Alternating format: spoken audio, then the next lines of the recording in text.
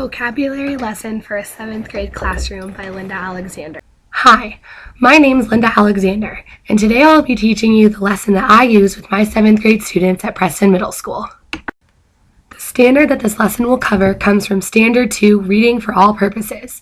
Literary elements, characteristics, and ideas are interrelated and guide the comprehension of literary and fictional texts. This lesson will also incorporate the NET standard, where the teacher designed adapting learning experiences that incorporate digital tools and resources to promote student learning and creativity. To start your lesson, it is extremely important to introduce the learning targets and objectives in order for your students to understand and know what to expect from the lesson that day. In this lesson, the target will 1. be to understand the terms from a previous week, and also to introduce new terms for them to learn and understand.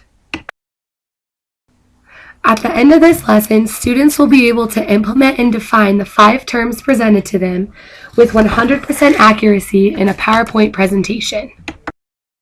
Start with a review of material in order to get the students engaged and their brains refocused. Place pictures and definitions from vocabulary studied previously, and by a raise of hands, have students come up to the board with the correct word or definition that belongs. This is what your smartboard should look like after the students have come up and written their answers. Have a short discussion on the definitions and how we could apply these definitions in our own writing. Ask questions such as, how would utilizing the word offhandedly help my writing? What about these vocabulary words will change our writing?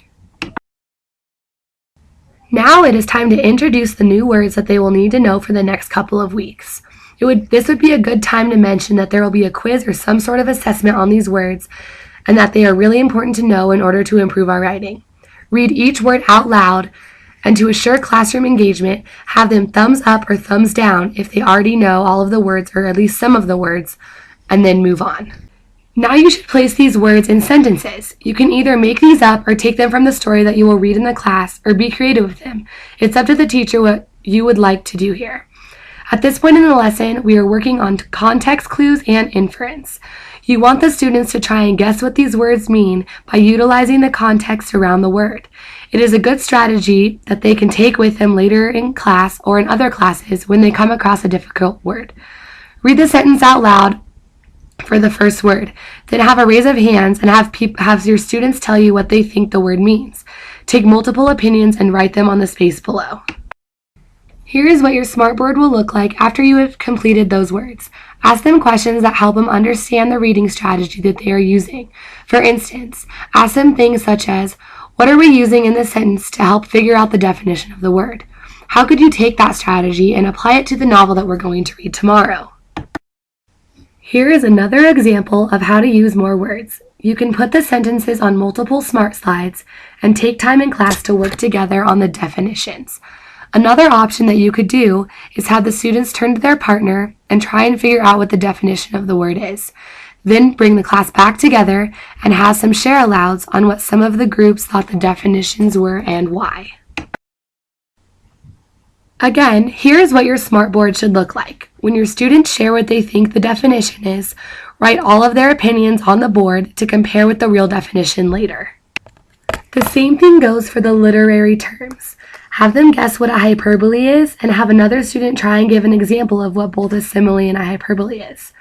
I then have a student come up and erase the purple line with an example underneath. They then discuss again as a group what the hyperbole and simile is. Once the class is done discussing what each of these literary terms are, come up with an example or two as a class.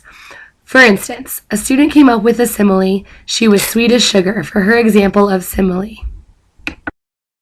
Once you are done going through all of the definitions, go back to the first slide and have students come up and erase the marker that is covering the definition. The other students who are not erasing, have them get their netbooks or open a PowerPoint on a computer that they are sitting at.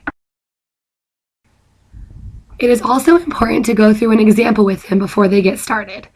I used soccer, for instance, and we worked as a class on the PowerPoint, that way that they knew exactly what was expected of them before they got started.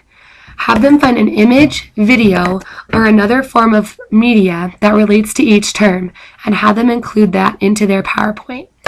Then, ask for any further questions, set them to do their task, and walk around the room making sure that they are staying on track on track and assist them in any way they need. This lesson is effective because it assesses student learning by illustrating their understanding of particular terms by implementing vocabulary into a PowerPoint presentation with images and definitions that they find independently. I hope this video is useful to you in your class, and thank you for watching!